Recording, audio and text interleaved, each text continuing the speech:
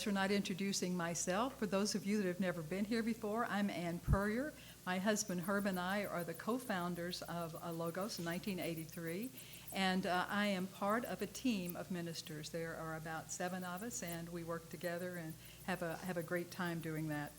It is my privilege to be able to introduce our speaker. I consider her a friend. I am so thankful that I have met her. She is called the Carefree Medium. She teaches classes on intuition, developing your intuition, and on Reiki.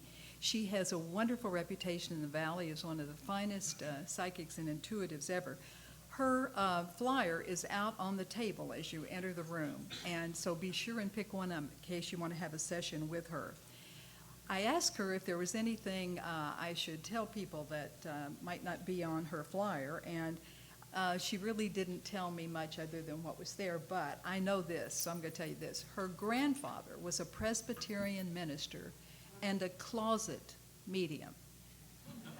Because back in those days, a Presbyterian minister had to be a closet medium. As you know, that was not very much accepted. So we are delighted to have her today doing a presentation on New Year's resolutions for the soul. I believe that's it. And so I'd like to introduce to you Susanne Wilson, a wonderful soul.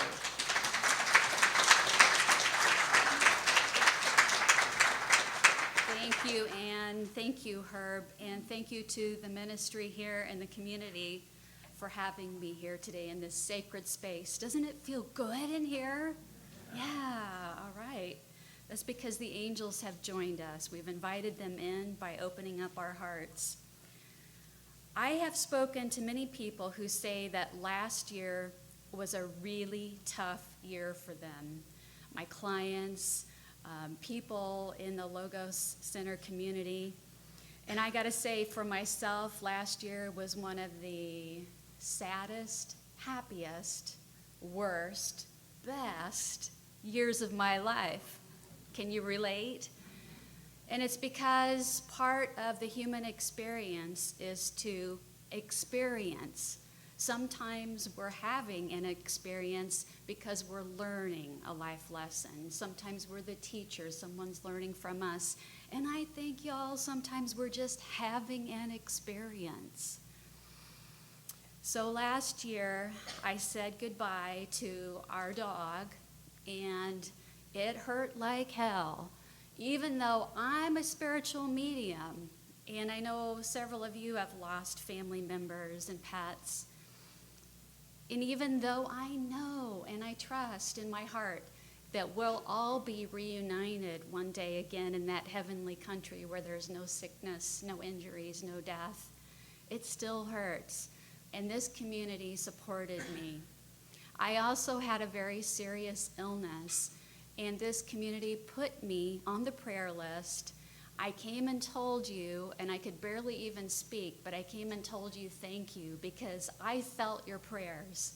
And for someone like me, prayers come to me as like little golden pellets of love that hit me.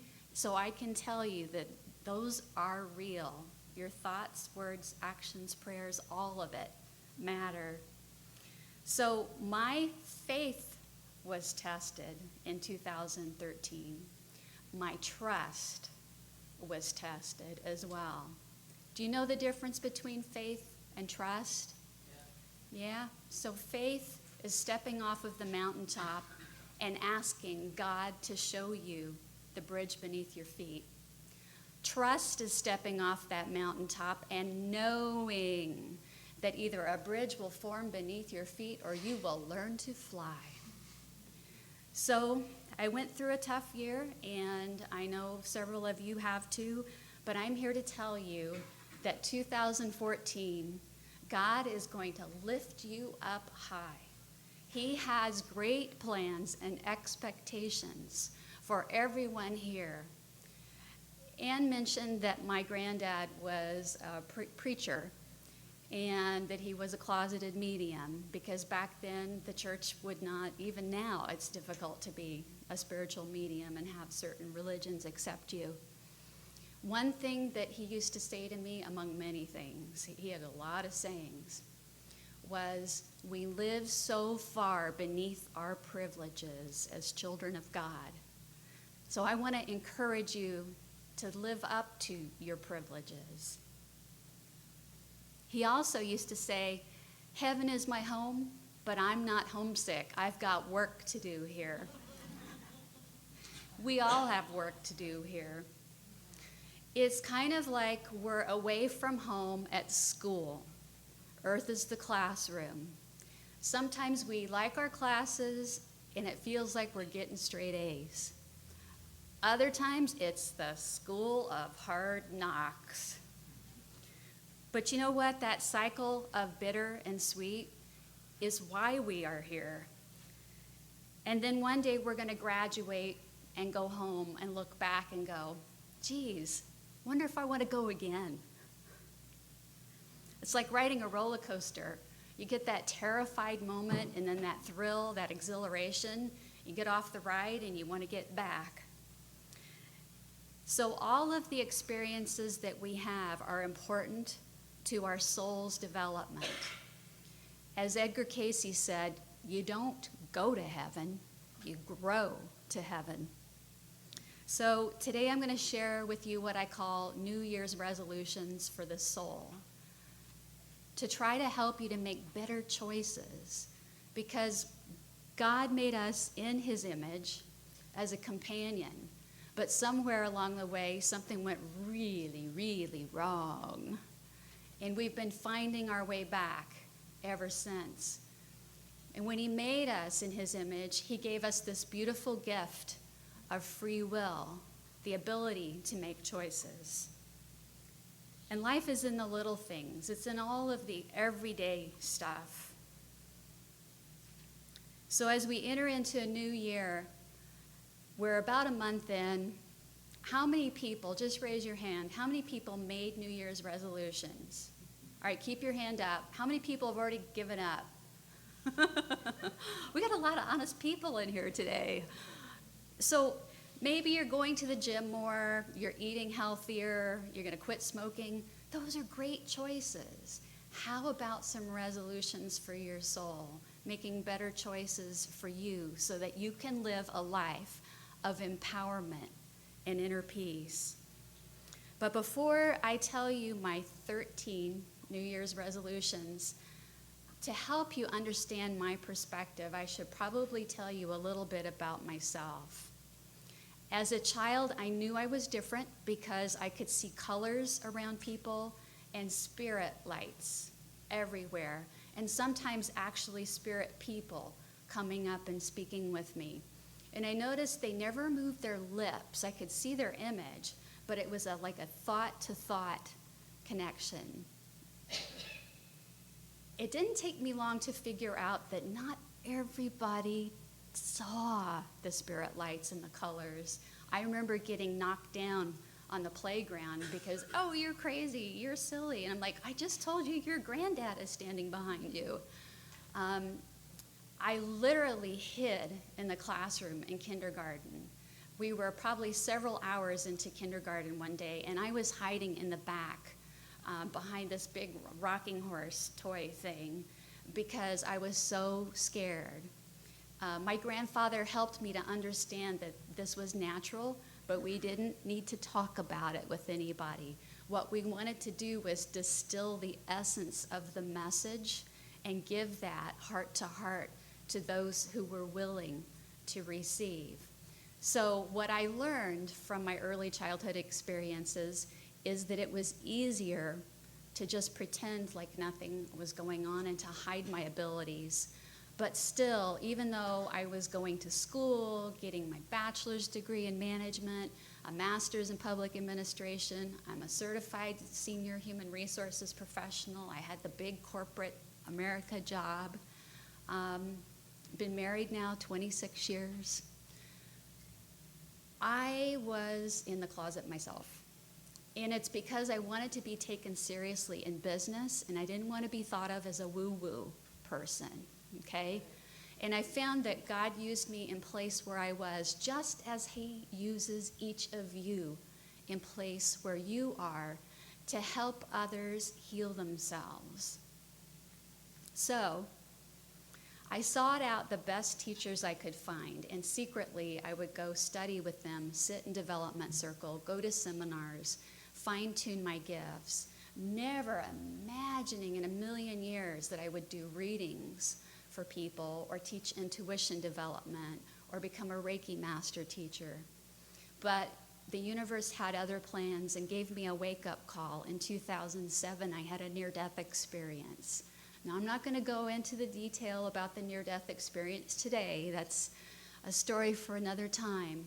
But let me just say that it reconnected me. And it made me realize why I was here. And since then, I've been on a mission to bring spiritual empowerment to as many people as I can, those who are ready to receive it. So, everything that I'm going to talk with you about on my suggested New Year's resolutions for the soul, these are things that I would like you, if you so choose, to apply to your life today, tomorrow, and the next day going forward. Please do not Monday morning quarterback your life. This is not about judging yourself or others. This is about thinking anew, rebirth, renewal, new year, new you. No, the Casey reading suggests that developing our souls should take priority. And what is asked of any soul is to do what you know to do today and to not judge yourself based on yesterday's choices. Now, I see a lot of people getting out pen and paper, and I want to tell you, if you like to write, write, but you can also find these on my website. And that might be easier so that you can just soak in the love right now. And if you sign up for my email newsletter, I have a whole guide to healing your energy that I send absolutely free. So do as you will. So number 1, say out loud every day, I am healthy in body, mind, and spirit. And I changed that a little bit recently after reading Joel Osteen's book, I Declare. Wonderful book. I've read Joel several times, and this past year I've given away to my students several copies of the book.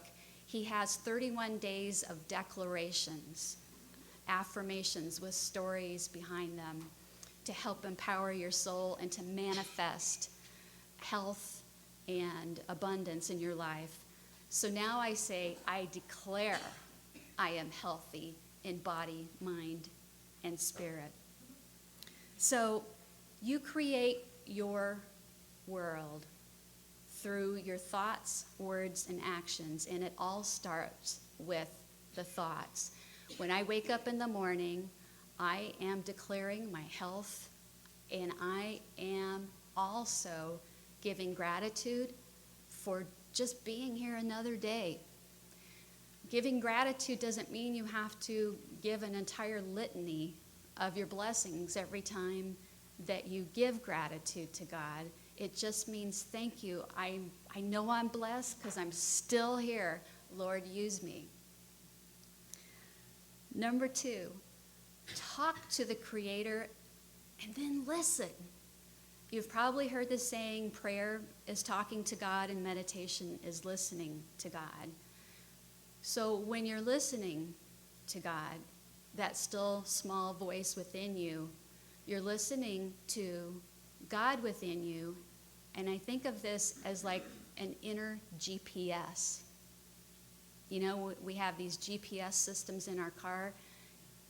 God made you with an internal guidance system so that you would never feel lost, so that drastic changes in your life would not rock you for very long if you stop and listen. The challenge is taming what I call that monkey mind, where we just want to jump around to different thoughts. When you meditate, I would like to suggest to you that when a thought that's just kind of random rolls in, see it turning into a cloud that's just floating by, floating through, passing through, don't entertain it, don't push it away, and don't get frustrated. Just see it pass through, and then sit and listen to God speaking to you and through you. You know, Casey says that meditation is an invitation from God to meet with him face to face on common ground. And I have to thank Dr. Herb Puryear for that seminal book, the primer on Edgar Casey, because I've read it now twice, Herb. It took me forever because I'm just not that bright. But you take, I think, like 8,000 readings and distill it down into these beautiful passages and principles. And when I read this in your book, that we're meeting God face to face on common ground, as a spiritual medium, to me, that meant, oh, okay, yeah, so it's like what I do. It's a mental process. It's a subtle process. Because think of this, when we're on the other side in heaven, we're not in our bodies. It's all mental. It's all thought. God's not communicating through huge, sweeping, knock your socks off things that happen usually. It's the subtle stuff. It's that feeling of love that just floods through you. That's real. That voice in your head that sounds like your own voice, but it's not your thought, that's your inner guidance system. Let it work for you. Number 3, be a warrior, not a worrier. Warrior, W-A-R-R-I-O-R, not worrywart. Expect the best, but prepare for the worst without obsessing on what if. Warriors rise up, put on the mantle of the white light of God, and move forward with trust and faith. Warriors don't shy away from conflict, but go forward respecting themselves and respecting their antagonists or opponents. You know, antagonists can be our best teachers. We stand to learn the most about ourselves by how we deal with people and situations that really tick us off. Jesus talked so much about loving your neighbor. And here's where confusion arises. People think, I can't feel love for this person. I can barely stand to be around them. But my understanding is that Jesus wasn't trying to tell you what to feel. He was modeling the way for you to behave, for us to behave as a society. It's not about, you can't make yourself feel love for someone, but you can certainly show them compassion and respect, just as you wish them to show you compassion and respect, without judging. So be a warrior, be strong, be brave. Don't shy away from the tough stuff. Don't question, why is this happening to me? What did I do? That's a waste of your energy. Just move forward, lean in, and trust and know that you are not alone, that you are supported, guided, and protected by an invisible team of guides, angels, loved ones in the light, and the divine source. So now we're at number 4. When it comes to your time and energy, give until it feels good, not until it hurts. I got that from an Episcopal priest friend, and before the offering plate was passed around, he would always say that. Now remember, people, give until it feels good, not until it hurts. And what he was saying is giving needs to come from the heart. And giving that really matters and really carries weight on the other side is not the big grand gestures. Now, if you want to write $1 million check to the Logos Center, bring it on. That's great. That's important if you have the ability and you've been blessed with the abundance to do something that grand, wonderful. But what really carries weight on the other side, and what the Creator is looking to us to do, is to have thousands of little tiny acts of kindnesses spread out over an entire lifetime. Because life is in those little acts, those little simple things. You know, a lot of this stuff is common sense. I don't know about you all, but I don't see a whole lot of common sense in the world lately. So I think it's good to refresh ourselves on what really matters and what's really important. I also, from my standpoint as a spiritual medium, want to tell you about what happens when we pass in terms of all those good acts. I have been told many, many times by Spirit and my teachers that when we get out of the body, it's like we're leaving the old car behind, and the Spirit floats to the other side. And what we take with us is all of the love and all of the compassion that we've given and received over our lifetime. And it shows up in the aura. I can see your auras right now. I've been seeing them since I was probably 2 years old. I believe that way, way back, we all saw auras until we decided that that wasn't right, that wasn't normal, and we got distracted by electronic gadgets and making a living and all of that, and that ability to see the aura just kind of faded away. But let me tell you, folks, all those good acts, even though you think nobody notices, nobody appreciates, nobody cares, why do I do all of this? If you felt good about it and it helped that person, guess what? You're carrying it with you when you go. Everyone on the other side will see your aura. There's no subterfuge. There's no hiding anything. And now that brings up the question, well, Susanne, then, what if somebody's a bad person and they haven't shared and they haven't done things right, or they've committed evil acts? Well, a great teacher, Emanuel Swedenborg, who contributed a lot of knowledge to spiritualism, said that your aura transports you automatically to the realm in heaven in which you are with like spirits. Okay, makes sense. Universal law, like attracts like. So if someone were to arrive in a realm in heaven that was not so desirable, guess what? All is not lost. There's no eternal damnation.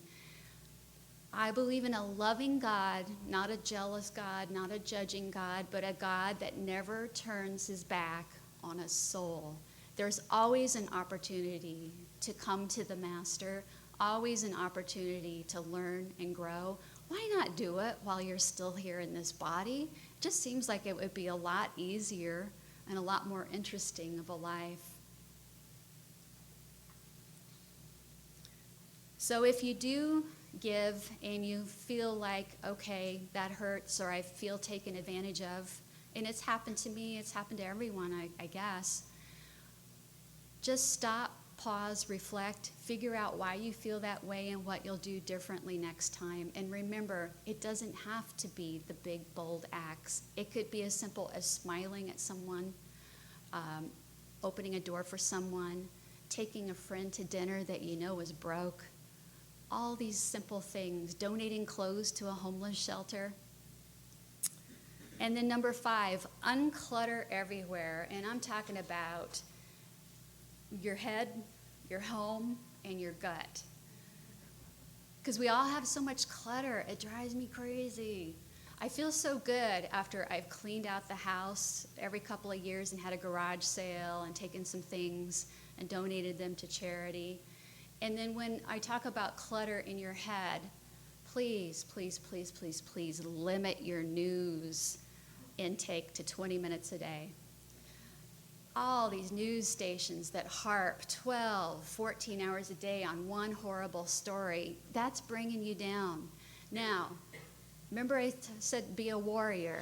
Don't be a wuss and say, I don't support these folks that say, I'm so delicate, I'm so fragile, I can't stand to watch any news, I never watch the news, I don't know what's going on. I'm like, buck up.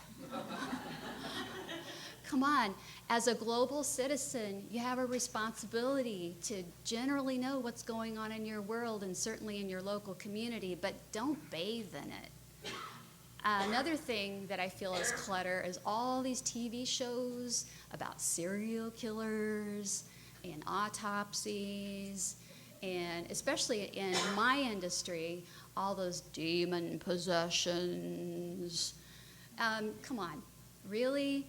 Those things bring you down too. How about Super Soul Sunday with Oprah? Or watch those programs that uplift you. And you know what? If you're not watching the TV, turn it off. Now, gut clutter. Suggestions, 2 really easy ones. Number 1, choose water as your default beverage. It's always good for you. And number 2, at least 6 days a week, push away from the table before you're full, because it takes I think half an hour before you realize that you're full after you stop eating. And on the 7th day, eat whatever you want because you've earned it. Number 6, realize that nothing is permanent. In Buddhism, we talk about not getting attached to transitory phenomena, and that means youth, career, beauty, reputation, lovers, friends, stuff. Don't become so attached to people and stuff that you neglect your own inner truth. There is only one thing that you can count on 24/7, forever and always, and that's the love of the Creator and the fact that the Creator dwells within you. I was at Ground Zero in Hurricane Charlie, lived in Florida before we moved here, and that hurricane changed course at the very last minute, and Punta Gorda was the town it hit, and I'm in the next town, Cape Coral, and my husband and I we had this area in the middle of the house where it was a hallway and we could close all the doors, and we have 3 schnauzers with us. And it was so loud, and it went on for so long, and we could hear parts of the roof being torn off. In that moment, I realized this big house and all the stuff we have, all that matters is what I have here, right now. And fortunately, we were fine. And then we went without electricity, and it was 95 degrees and 99% humidity. And we'd go sit in the car and turn on the AC, but the gas stations weren't open yet, so we had to ration that. And I was just keeping these little schnauzers alive as best I could. And don't wait for a tragedy to realize what's really important in your life. You know, when I talk about you can count on God always, I have this theory. Have you heard of the veil? They talk about the veil between the worlds, like somebody's veil is thin, right? The veil between this world and heaven or the other side. I believe that this so-called veil is a quantum physical manifestation of our all too human belief that somehow we're apart from God, because we're not. God dwells within us and never abandons us. No matter what has happened to you or will happen to you or is happening to you, the peace that surpasses understanding is always available as long as you make it a priority. And number 7, stop trying to change people. We're not here to fix anybody. Unless you're a licensed mental health worker or counselor, we're not here to fix anybody.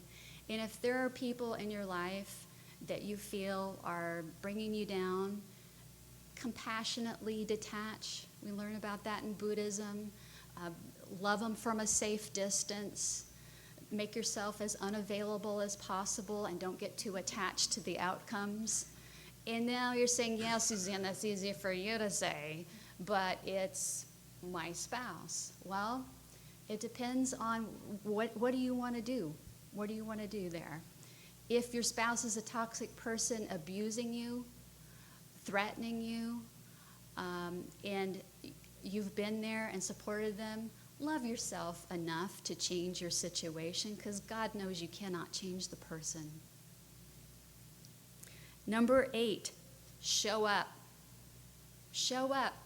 When somebody's talking to you, resist the urge to think about what you're going to say next while they're talking. Wait till it's your turn to talk. People know. I see it, because when I see people talking, I can see the energy exchange that's going on. And people know on a soul level whether or not you're really listening to them, or whether or not you're thinking about how you're going to show them how smart you are with the next thing you say. Pay people the courtesy of really listening. If your loved one is having a hard time, the best way to show up for them is don't assume you know what that loved one needs. Ask them, how do you feel I can best help you? The answer may surprise you. It may be as simple as really listening and really hearing them without coming up with, oh yeah, when that happened to me and your story. It's so tempting to say, yeah, I heard something about that with a friend. No.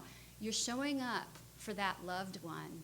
Open your heart and make a heart-to-heart connection and hear them out and ask them. And number 9, speak up. We don't need to tolerate the abuse of a person or a pet. If you see something, say something, or do something. The universe has made you aware so that you can help. What you do or don't do will color the tapestry of your life. And number 10, appreciate nature. Mama Nature wants to heal you. And we have so many beautiful places to be with nature here in Arizona. If you can walk, go for a walk, or just sit outside and pay attention to the sights, sounds, smells, emotions, the details. Not only is this a way for God to help nourish your soul, it also will help to sharpen your intuitive gifts, because you're really focused in the moment, in the present, in the now. Not a second before, not a second after, but right now. And it's in the now that we can hear that inner GPS best. Number 11, stay connected to the arts. Artists bring a little bit of heaven to earth. If you know how to sing or paint or create, do it. Don't worry about if you're not good enough. Years ago, I was playing the piano. I had the house to myself, an afternoon off, and I'm jamming on my Gershwin tunes and my Rodgers and Hammerstein show tunes, and it's time for the pest control guy to come by. So he comes in, and he's going around the house doing his treating and doing his stuff, and I thought, well, I'm going to play for him. So I'm playing, I'm pounding out the music, and I thought, he must really be enjoying this. He probably goes to some people's houses, and they're just blasting CNN. So as he's ready to leave, he hands me that little piece of paper where you sign and date, what he did to prove that he's here. And he does a double take, and as he looks at me, he smiles and says, keep practicing. Don't give up.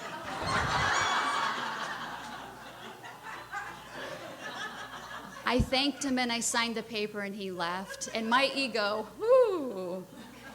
straight down. But you know what? When you think about this, that man was being kind. He took a moment to encourage me, because I'm not very good at the piano. But I enjoy it tremendously. It's like a therapy board. It feeds my soul, and he was trying to encourage me. God bless him. The Casey readings tell us that music spans the distance between the finite and the infinite, and also that the arts, especially music, should be part of any holistic healing program. I believe that. And number 12, cleanse the energy in your home. Okay? So, as a spiritual medium, I get a lot of phone calls and emails from people, can you come out? My house is haunted.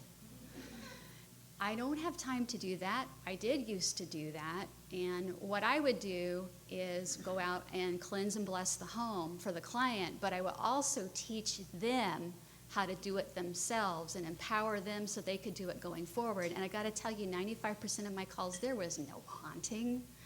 There were banging pipes. There's like when the AC comes on, a door shuts by itself. It was, no big mystery here.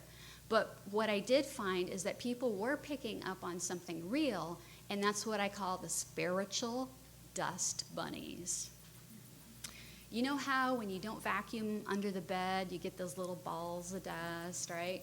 It's the same thing with energy. Energy gets stagnant in a home, especially if there's been arguments or somebody's had a protracted illness, or just over time.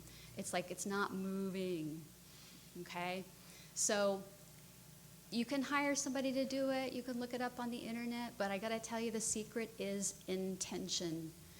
Ask by the grace of God, with the love of the Lord Jesus, I invite the angels in to clear this space with me so that only peace, love, and protection may enter these windows and doors. And you can walk through your house with sage. You can light a candle, say a prayer or a poem. Any prayer that millions of people say carries a lot of power, but do it, because not only will your space feel lighter and brighter, but it will lift you up too. It makes you happy. And now, my final New Year's resolution, number 13. Tell your loved ones that you love them often. Always. My husband and I, 26 years of marriage, every phone call, no matter what, ends with, I love you. So even if he's at Costco and I'm telling him, don't forget the toilet paper, the phone conversation ends with, I love you. And if we forget, we call each other back. I love you. Okay, bye. Because you just don't know when it's going to be the last time that you'll have a conversation. As a spiritual medium, I wish this were not the case. But at least every week, I'm bringing through someone who says, I wish I'd said I love you more often. I recently had one with 3 siblings in front of me, my age or older, and their father comes through.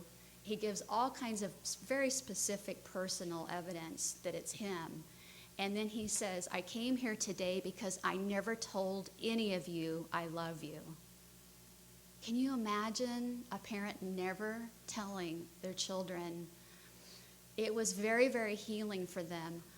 Folks, I don't want you to need somebody like me to get the message through once you've crossed over.